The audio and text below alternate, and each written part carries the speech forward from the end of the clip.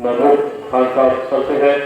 मैं सबसे मुतविस हूँ कि वो बैच पर तकलीफ फरमाए और आप तमाम से मैं गुजारिश करता हूँ कि जोरदार तालियों से सर का इस्तेमाल करें। मैं अलहाज महबूब खान साहब से गुजारिश करता हूँ कि वो बैच पर तकलीफ फरमाए।